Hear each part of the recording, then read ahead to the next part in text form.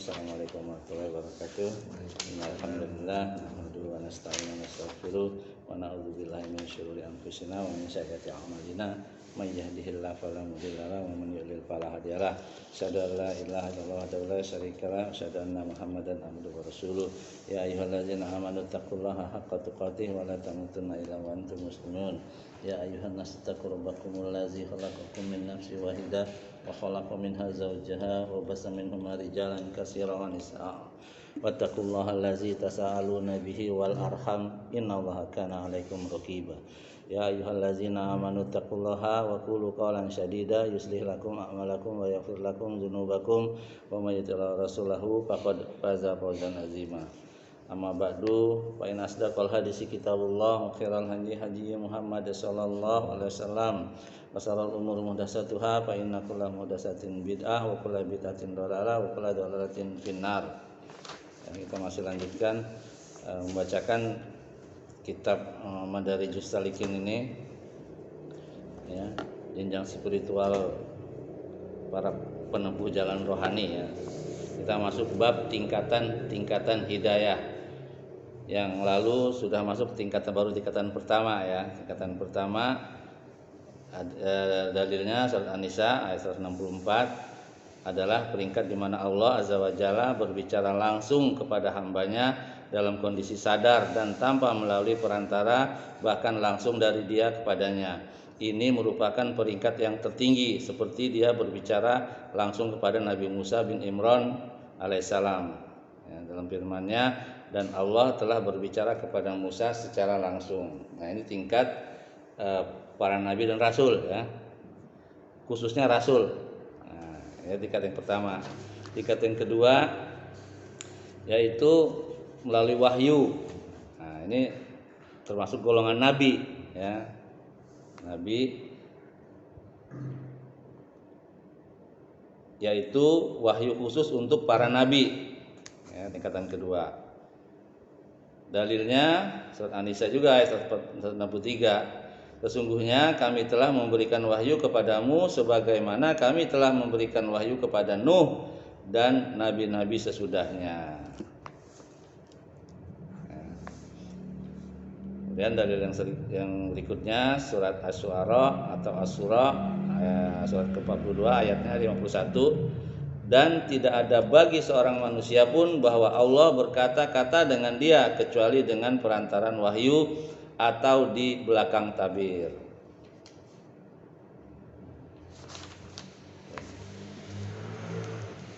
Dalam ayat ini Allah menetapkan bahwa pemberian wahyu merupakan salah satu cara berbicara kepada para nabi.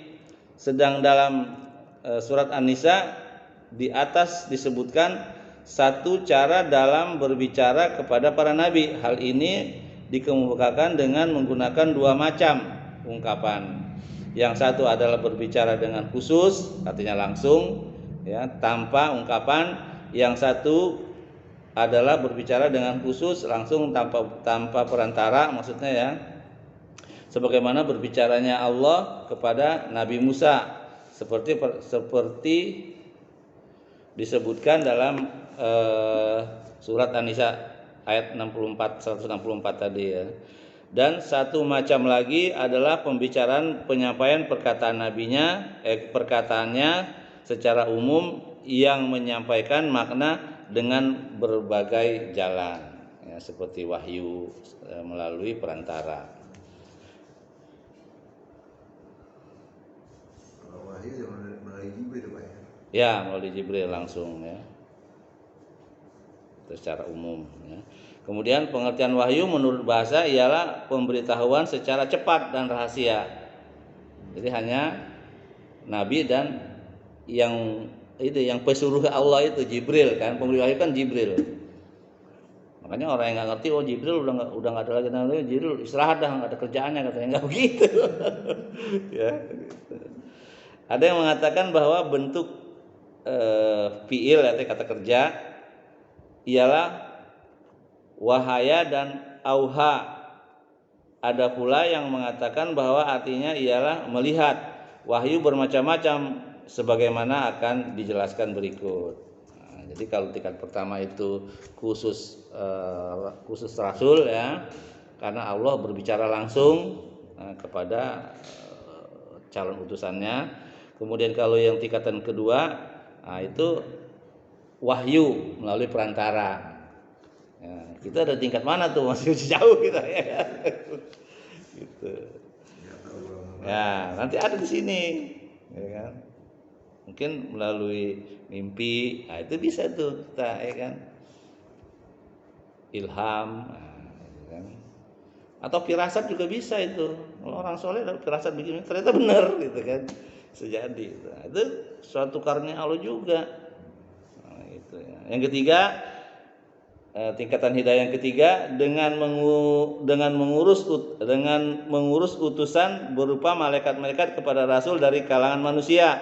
Lalu malaikat itu menyampaikan wahyu dari Allah kepada rasul sesuai dengan perintahnya.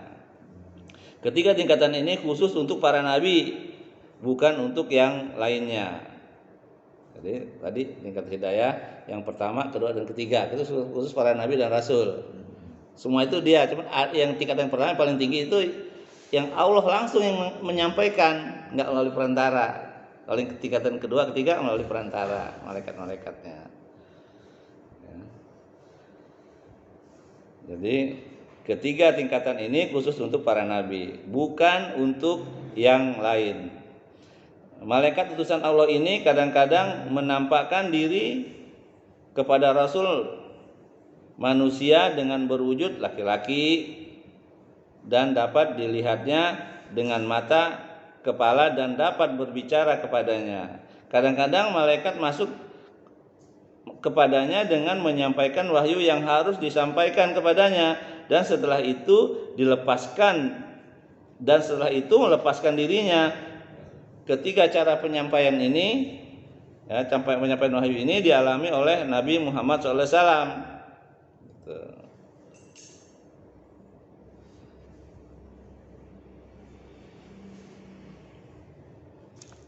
Jadi tingkatan pertama, kedua dan ketiga khusus nabi dan rasul. Tiga berarti sama itu ya? Sama. Cuman yang paling tinggi tingkatan pertama, yaitu Allah langsung yang menyampaikan. Yang dua kan Melalui para nabi, melalui utusannya, malaikat-malaikatnya gitu kan. Kadang-kadang juga kalau yang ketiga itu melalui melalui malaikat, tapi malaikatnya enggak nampak. Gitu loh. Enggak kelihatan. Kayak nabi-nabi, rasul-rasul nggak ada yang bisa ngelihat, cuma Nabi Muhammad doang yang bisa ngelihat nabi, malaikat Jibril dalam bentuk aslinya maupun dalam bentuk yang manusia, untuk manusia. Ya. Nabi Ibrahim juga pernah lihat sih. Ketika dia datang mengabarkan bahwa dia nanti akan punya anak Ismail, ya kan?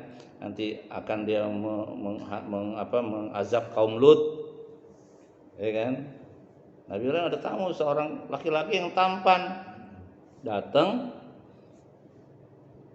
Namanya Nabi kan, setiap orang datang pasti dikasih makan kan, disembelihin kambing, domba, kasih makan, disuruh makan.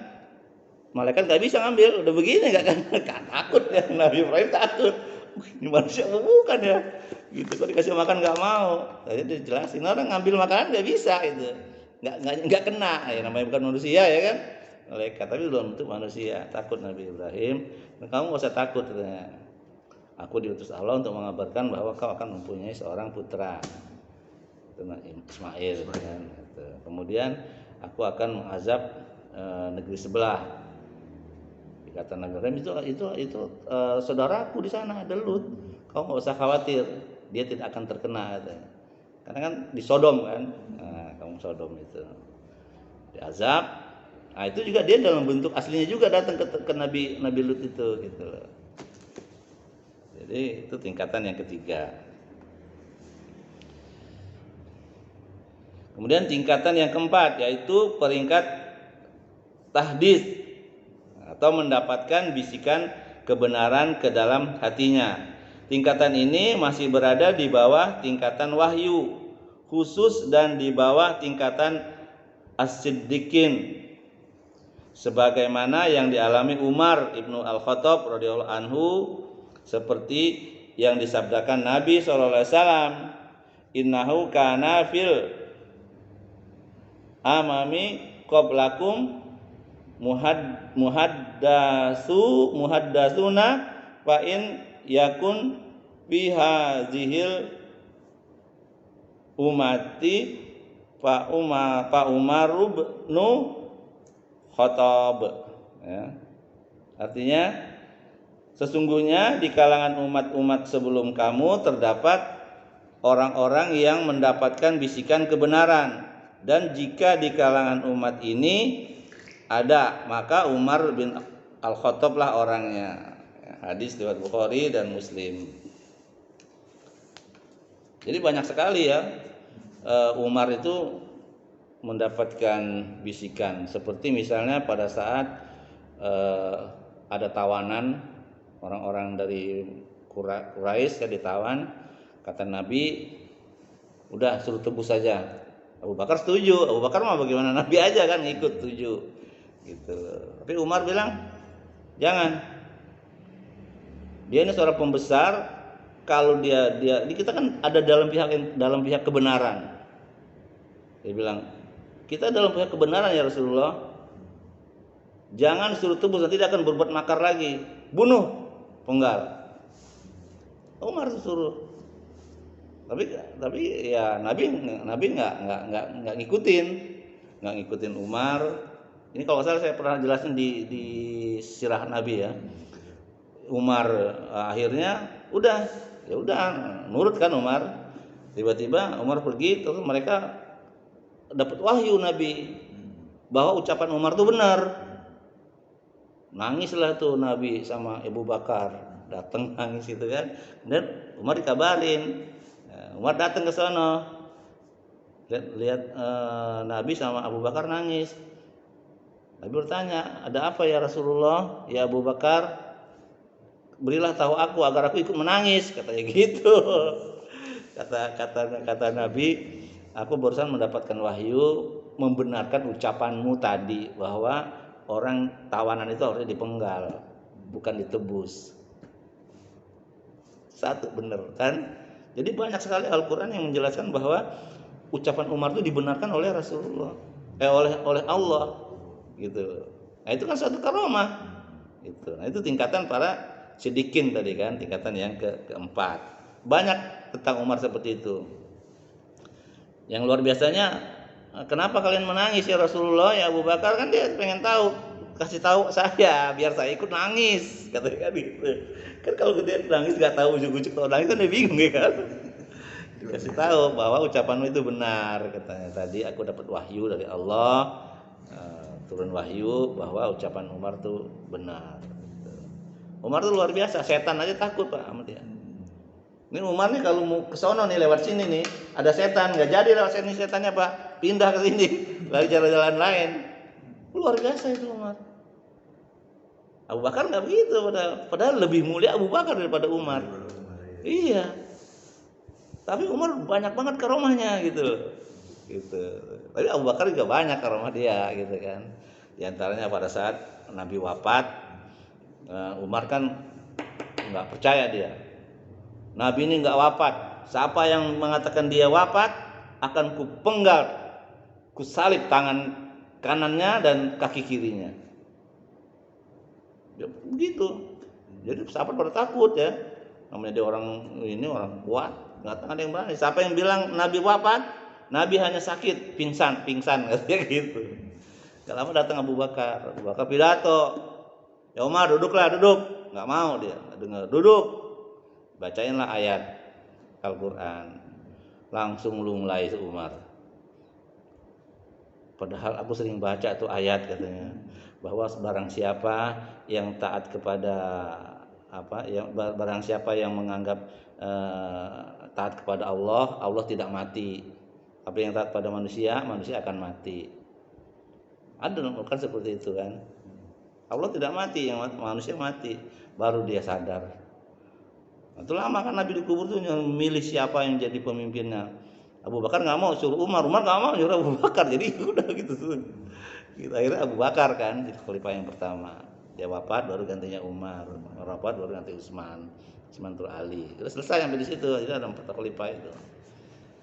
Tuh. Cuma 4 ya. 4 ya, Abu Bakar, Umar, Utsman, Ali. Nah, di antara Utsman dan Ali terjadi perpecahan nih. Umayyah itu ya. Nah, terjadi perpecahan di sini. Gitu. Nanti kapan-kapan kita ulang lagi tuh sirah itu bagus itu ya kan. Terjadi perpecahan di situ. Kata Nabi nanti akan terjadi fitnah di zaman Ali.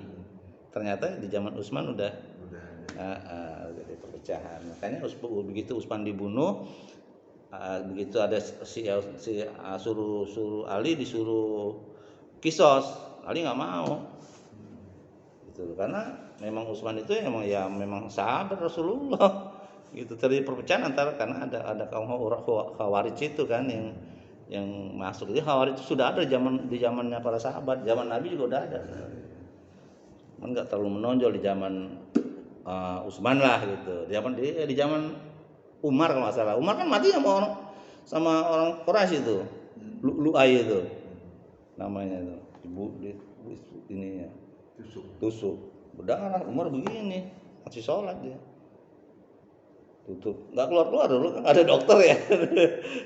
Keluar sampai akhirnya mau makan minum nih keluar dari sini, akhirnya dia tambah banyak darahnya kan, akhirnya dia wafat di situ. Ya wafatnya nggak lama dari situ, nggak sampai setahun lah pemimpinan dia, kurang lebih seperti itu ya. Jadi tingkatan keempat itu para sidikin. Selanjutnya yang sekarang disalahgunakan yang dapat bisikan-bisikan itu kan kiranya benar juga. Yang ada kan yang dapat bisikan bunuh anaknya, bunuh orang tuanya, bunuh suaminya, bunuh istrinya gitu kan bisikan kayak gitu kan itu dari mana itu? Setan atau dari mana? Dari setan lah kalau suruh bunuh anak mah. Sekarang kan itu kan banyak yang mau percaya kayak gitu. Nah iya, itu dari setan itu pembisikan itu. Padahal dari Allah nggak mungkin, pasti yang terbaik kan gitu. Kayak Umar kan tadi yang saya jelaskan bahwa tawanan ini udah penggal aja, ngapain ditebus? Kata Nabi dan Abu Bakar yang ikut, tebus ya sudah, sampai selesai di situ. Tiba-tiba wahyu udah turun membenarkan Umar, nangis Nabi itu kan gitu, ya kan? Kata Umar, kenapa kalian berdua nangis? Kasih tahu aku biar aku bisa nangis gitu kan. Luar biasa tuh, sahabat luar biasa ya, kadang-kadang kita masya Allah ya. Akhirnya dia bilang tadi Allah telah turun wahyu kepadaku bahwa Allah telah membenarkan engkau Umar gitu. Ya Umar diam aja. Dia bilang kalau kita dihadapi di pihak yang benar, ya, kenapa kita takut? Ya benar juga dong, secara logika ya, secara berpikir ya. Kita kan engkau kan utusan Allah, membawa misi Allah, kenapa takut? Nah, itu kayak begitu. Tapi Nabi ya termasuk santun juga, nggak mau dia. Kalau Umar itu kan dikit-dikit bunuh, dikit-dikit penggal. Iya, ada orang munafik penggal aja. Waktu ada sahabat juga sekarang jadi masuk Islam juga itu, namanya saya lupa itu. Suaminya Hindun itu ya. Datang mau ngadep Rasulullah. Bukan. Itu siapa namanya? Abu Sufyan. Abu Sufyan. Sampai dicengkiwing sama Umar. Penggal Rasulullah kalau jangan Umar. Ya dia mau ngomong apa dan sampai banyak tuh sahabat yang mau dipenggal sama Umar. Kata-kata Nabi jangan. Nanti apa kata para sahabat-sahabatku katanya, kata orang-orang yang tidak menyukai aku. Nabi Muhammad membunuh sahabatnya kan gitu. Kan yang disebut sahabat itu kan orang yang dekat, orang yang hidup di zaman Nabi dan mengikuti Nabi itu disebut sahabat. Tapi ada juga yang hidup di zaman Nabi nggak beriman bukan sahabat. Ada juga hidup dengan di zaman Nabi tapi nggak ketemu Nabi, termasuk sahabat tuh, namanya Uwais, ya kan? Dia ketemu Nabi sampai di Madinah, Nabi yang lagi safar. Jadi udah pulang lagi, karena dia jagain orang tuanya sampai wafat. Begitu dia mau umrah, digendong orang tuanya. Kata Nabi, kalau kamu nanti ketemu Uwais, mintalah doa dari dia. Doa dia mustajab. Makanya dicari si Uwais itu ketemu kan. Kenapa?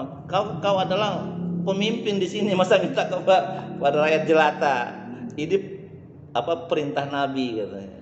Nabi Muhammad bahwa kalau kamu kemudian mintalah doa kepada Uwais itu tadi. Ayo doain. Ya. Ini baru tingkatan keempat ya. Saya pernah mendengar Syekhul Islam Taqiyuddin Ibnu Taimiyah rahimahullah berkata, nah ini gurunya Ibnu Qayyim ya, Ibnu Taimiyah itu, dapat dipastikan bahwa muhaddatsun atau orang-orang yang mendapatkan bisikan kebenaran itu terdapat di kalangan umat-umat sebelum kita, dan keberadaan mereka di kalangan umat Islam dikaitkan dengan syarat ya, jika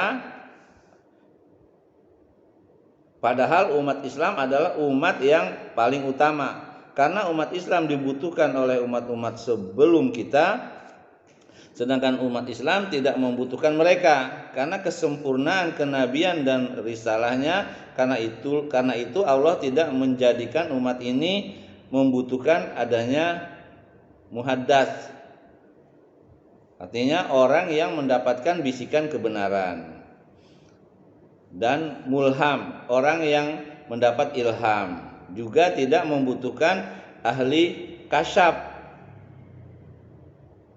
atau peramal ya, peramal mimpi, dan peramal tabir mimpi. Jadi pengertian syarat ini adalah karena umat ini sudah sempurna agamanya dan tidak membutuhkan ajaran lain, bukan karena umat Islam ini mengalami atau memiliki kekurangan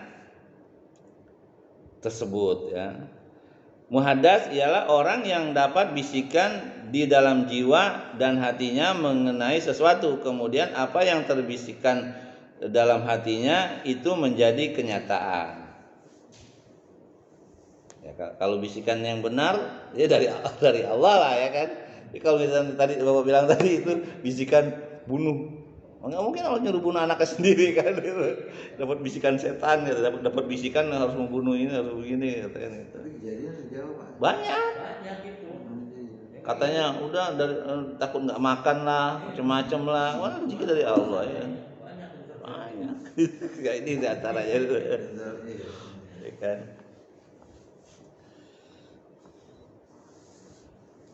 Baiklah. Ya, selanjutnya guru kami Imam Ibnu Taimiyah berkata, as-siddiq lebih sempurna daripada muhaddats. As-siddiq itu tadi ya yang mendapat ilham ya. Kalau tadi muhaddats itu bisikan ya. Karena dengan kesempurnaan cintanya kepada kebenaran dan komitmennya pada kebenaran itu, maka as-siddiq tidak memerlukan ilham, tahdits dan kasaf. Karena dengan demikian berarti dia telah menyerahkan seluruh hati dan jiwanya secara lahir dan batin untuk mengikuti Rasul, sehingga tidak memerlukan yang lain lagi. Demikian tulisan aslinya, barangkali yang benar berbunyi untuk mengikuti risalah Rasulullah. Jadi kalau siddiq itu apa yang diucapkan Rasulullah, dia ikut. Nah, gitu. Makanya Abu Bakar disebut siddiq, selalu membenarkan. Umar kan merangin Islam dulu. Sebelum masuk Islam kan semua orang Islam dihajar sama dia. Dia tuh keluar rumah itu cuman cari orang Islam Pak, digebukin. Udah digebukin pulang dia, puas dia. Sampai adiknya sendiri Pak, adik ipar dia digebukin. Dia dengar cerita bahwa dia masuk Islam gitu loh. Itu. Jadi setiap keluar cari orang Islam sampai masuk Islam gebukin loh dia. Oke. Belum dapat hidayah. Kenapa? Belum dapat hidayah. Iya. Ini kafir. Gitu. Nabi Abu Bakar mah emang temannya kan. Umar juga sebenarnya sama teman-temannya juga. Kalau Abu Bakar begitu kata Nabi, Umar aku mendapat mimpi begini, aku dapat begini. Benar, semuanya benar. Iya. mau nggak kamu masuk Islam? Mau. Nggak ada nolak-nolak. Ya, beda dengan kita diajarin gini, oh guru-guru gua guru lo guru gua kan gitu kan. Itulah namanya disebut sidik. Ikatan orang yang, makanya kalau kita mau jadi yang sidik nggak bisa tuh kan, karena kita emang masih dangkal ya. Gitu. Akhirnya Nabi berdoa, ya Allah jadikanlah salah satu Umar menjadi pembela Islam. Jadi ada dua Umar tuh, yang satu Umar bin Khattab, yang satu lagi Abu Lahab. Ternyata yang dikabulin ya Umar itu. Makanya begitu Umar masuk Islam, udah semua orang di situ jaya Islam. Jadi orang udah berani itu dakwah-dakwah gitu. Ya, tapi sebelumnya kan Hamzah dulu yang masuk Islam tuh. Umar ditantang sama Hamzah, nggak berani Umar sama Hamzah.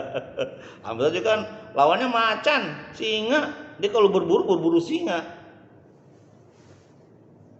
Gitu. Hamzah. Iya, waktu siapa digebukin itu yang budak itu, yang iya, apa ya, siapa namanya ya? Lupa deh itu saya. Yang suka azan Nabi itu Bilal ya. Bilal digebukin, ya kan? Hajar yang gebukin dia. Umar, panggil Umar. Kamu bertanding sama saya. Gak berani Umar. Tapi belum masuk Islam tuh Hamzah. Belum masuk Islam. Tapi begitu dia masuk Islam udah. Jadi begitu Hamzah masuk Islam, Umar masuk Islam, nah itu Islam jadi mulai berani terang-terangan. Dan itu masih di Mekah. Situlah Islam jaya ya. Allah lah yang ngatur. Iya.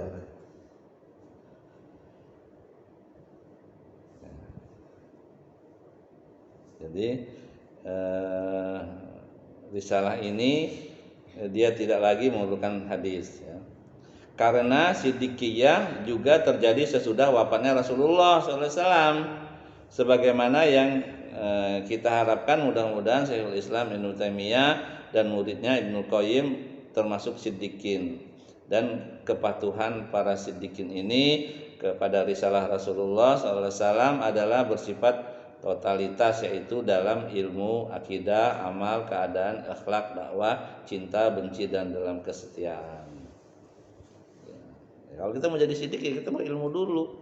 Apa yang disampaikan oleh Rasul ya kita ikut otomatis gitu loh. Nggak pakai ragu-ragu.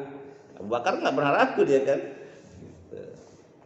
Ya, kita berdoa ya mudah-mudahan apa yang kita yakin yang benar kita ikut kan itu.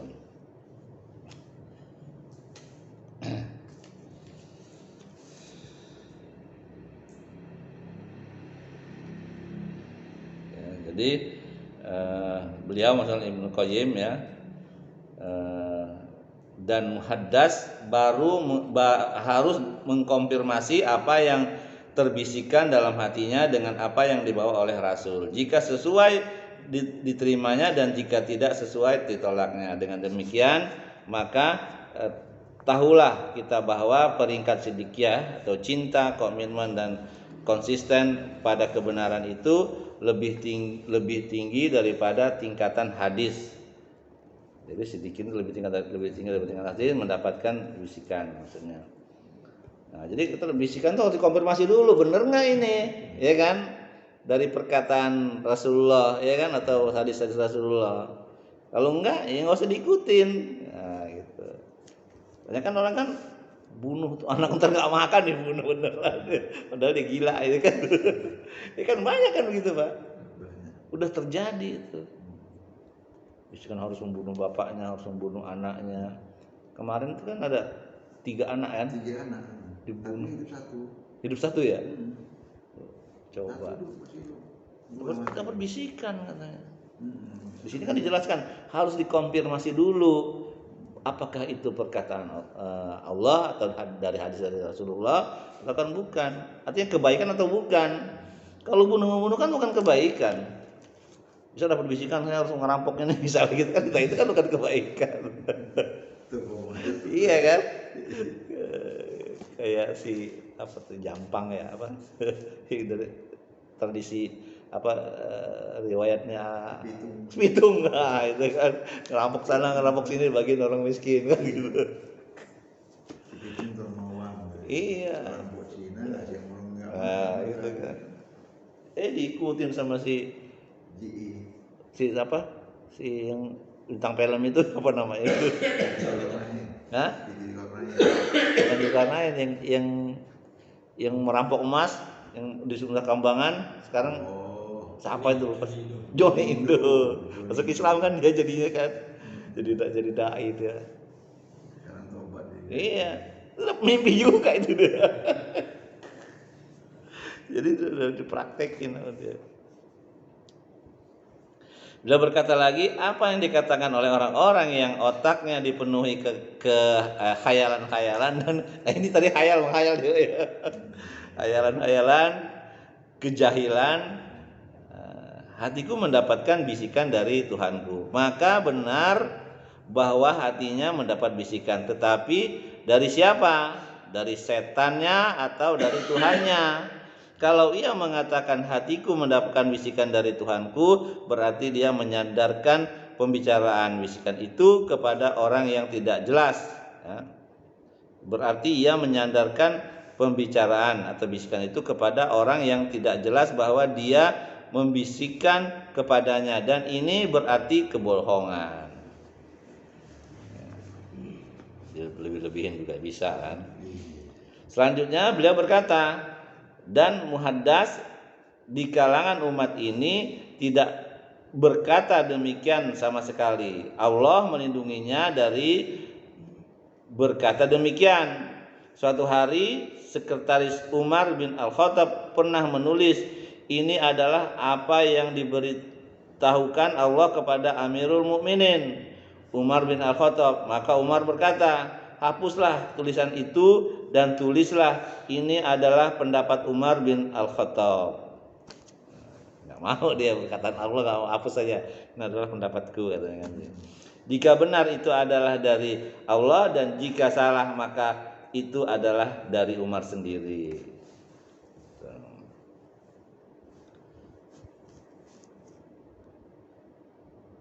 Sedangkan Allah dan Rasulnya terlepas dari kesalahan itu. Mengenai masalah kalalah atau kewarisan orang yang mati dengan tidak meninggalkan anak dan ayahnya, Umar berkata, saya kemukakan pendapat saya mengenai masalah ini. Jika benar adalah dari Allah, dan jika salah adalah dari saya dan dari setan. Demikianlah perkataan muhaddas. Jadi perkataan muhaddas itu, kalau yang benar itu punya Allah, kalau yang salah itu ya diri kita sendiri, yang bodoh kita kan, atau dari setan gitu. Itu namanya muhaddas. Jadi yang kemuhadasannya berdasarkan kesaksian Rasulullah SAW. Sedangkan Anda lihat golongan ittihadi atau golongan yang menganggap Tuhan manunggaling ya, menyatu dengan manusia, itu kebodohan itu lah ya kan. Jadi jika ada golongan ittihadi atau golongan yang menganggap Tuhan manunggal dengan makhluk, golongan halulil atau golongan yang menganggap Tuhan berinteraksi ke dalam tubuh makhluk, dan golongan ibahi itu golongan yang menganggap segala sesuatu serba boleh, tidak ada yang haram dan terlarang, mengucapkan igawan-igawan yang bermacam-macam, memperdengarkan dan menyatakan kejelekan dan kepalsuan dengan mengatakan hatiku mendapatkan bisikan dan dari Tuhanku, padahal bohong semua itu kan gitu. Atau khayalan, ya kan, sakit jiwanya. Makanya harus dikonfirmasi kan, harus dikonfirmasi dulu, benar gak ini ucapan Rasulullah gitu. Makanya kalau ada saya bertemu dengan Rasulullah, misalnya mimpi gitu kan, kayak gimana Rasulullah? Oh, Rasulullah tuh berbaju putih, berjenggot, begini. Nah itu ngecap tuh, ya kan? Nah, dia betul benar Rasulullah kayak gimana kan gitu, Iya kan itu. Ada itu.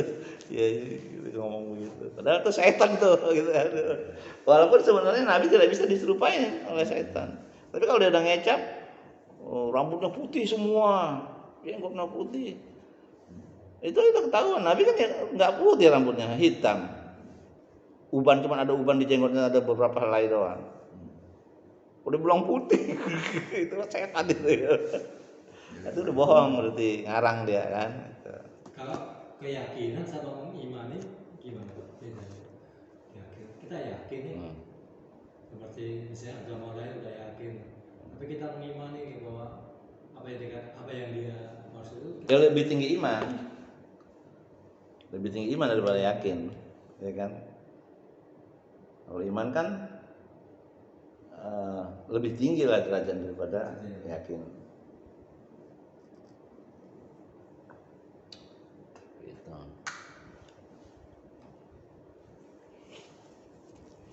Karena kalau sepintas seperti sama, ya kan? Saya yakin, yakin apa lo kan gitu. Saya beriman kepada siapa kan gitu. Jadi lebih tinggi iman, ya kan? Yakin. Perhatikanlah dan bandingkanlah antara dua orang yang mengucapkan perkataan yang berbeda. Itu dan perhatikan pula perbedaan kedua tingkatan perkataan dan keadaannya, dan berikanlah kepada tiap-tiap yang berhak akan haknya, serta jangan Anda samakan antara yang palsu dan yang murni. Ya, gitu kan. Tingkatan yang keempat ya. Nah itu tadi benar diselewengkan kan, benar kan. Dapat bisikan, ya kan. Ternyata bisikannya dari syaitan kan gitu. Kalau bisikan dari Allah atau dari Rasulnya nggak mungkin.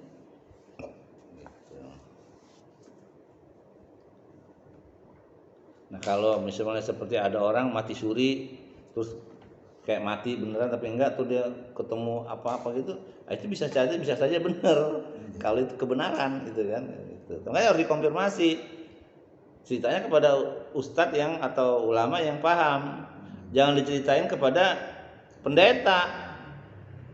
Pendeta ya berarti kamu tuh Yesus begini ya kan, Yesus Kristen dia. Banyak Pak yang kejadian begitu Pak. Dia cerita kepada pendeta, ya diarahin lah, itu Yesus katanya begini, kamu disuruh ini begini, padahal itu jadi sesat tambah. Hah? Orang Kristen Apa? mimpi kayak gitu, Banyak. jadi masa lalu mati kayak gitu kan. Dan di sana itu ini disiksa gitu. Udah ketahuan di situ. Nah itu waktu itu kan masih ke perindustrian. Terus? Ke imam yang pas itu ada Jumat. Jadi sebelum mulai Jumat dia nanya dulu ke imam itu. Oh. Itu yang ini mesti kamu. Kalau dia diarahkan kamu ya kan orang pakai baju putih semua, pakai putih. Sekarang kamu mau nggak kayak gitu?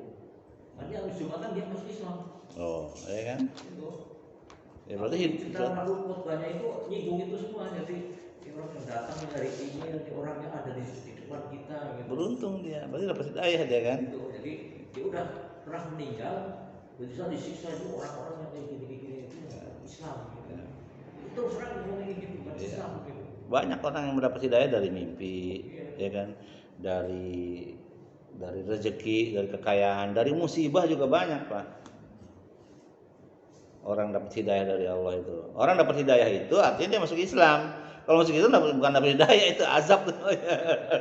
Iya, gitu. Kalau dia ke Islam itu namanya dapat hidayah dia. Kalau saya kan dari lahir udah dapat hidayah kan. Nah tinggal saya mengejar hidayah itu supaya dapat taufik dari Allah. Bagaimana caranya? Belajar. Ya. Jadi banyak Pak ya orang dapat hidayah itu, akhirnya dia masuk Islam kan, luar biasa. Berat katanya. Hah? Berapa kali Jumat masih datang juga. Berarti kan karena dia keluarganya itu Kristen, sampai diusir sama orang tuanya. Diusir, istrinya juga nggak boleh karena dia istrinya nggak boleh ikut. Tapi dia pergi, Kan dari minggu ketiga istri nyari, akhirnya dia masuk Islam juga. Islam juga ya. Dan pokoknya 1 bulan itu terus Mencari ya. Iya. Ah. Di Iya. Itulah ya cara Allah menyelamatkan makhluknya ya. Jadi dalam mimpi mungkin kok kamu ngikutin ini.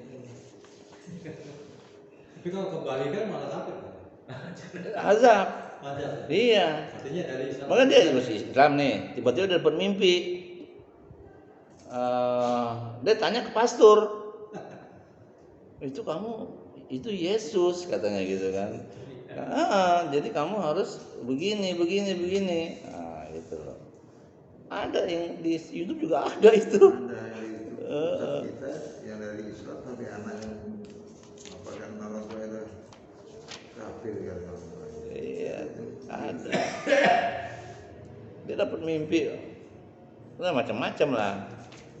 Tapi kalau saya bilang mimpi karangan, memang dia mencari duit. Kalau di Kristen kan dapat duit kalau dia pendeta kan, juga aja. Gajinya gede. Tuh, yang dikejar dunia. Dia kecil ya.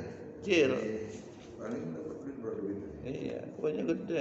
Apalagi dia banyak masukin orang Kristen ya, Islam banyak lah. Orangnya percaya, apalagi orang yang nggak pernah belajar kan. Dia tuh baca Qurannya hebat, begini udah bener berarti dia tuh kan gitu. Sampai dia bilang sendiri, orang Islam tuh bodoh katanya. Kenapa? Saya berdoa bahasa Arab, tapi saya ini ke Yesus. Ya, berdasarkan kitab Injil tapi dengan bahasa Arab. Dia amin katanya. Goblok katanya. Coba terbuka dia gitu. Dia bilang dasar aja tuh bilang banyak orang bodoh di kampung kan banyak orang bodoh, Pak. Terutama di Sukabumi itu katanya. Ya, rata-rata orang itu masuk Kristen banyak. Jampang. Aduh, ngerti lah ya. Jampang bulat. Gue kerja. Gitu. Dikit lagi ya. Kampungnya Herman aja. Hah? Kampungnya Herman. Iya, bisa jadi itu. Itu kan mayoritas kan Islam Pak di situ Pak. Tapi Islam bodoh. Pinter banget. Cuman Banyak orang Arabnya kan di sana. Hah? Kalau di Sukabumi Jampang banyak orang Arab. Apa tuh? Banyak orang Arab di sana yang nikah kontrak gitu. Iya. Syiah tuh. Itu mah di ini Pak Cianjur. Oh Cianjur ya. Cianjur. Sukabumi mah nggak ada. Sukabumi mah banyak Arab nyari tenaga kerja. Saya tutup dulu ya. Mudah-mudahan ini bermanfaat untuk diri kita. Apa yang benar itu datang dari Allah, apa yang salah datang dari diri saya sendiri karena kebodohan saya, karena minim ilmu saya. Saya mohon ampun kepada Allah dan mohon maaf. Subhanakallah bihamdik, asyhadu an la ilaha illa anta, astaghfiruka wa atubu ilaik. Assalamualaikum warahmatullahi wabarakatuh. Jam berapa?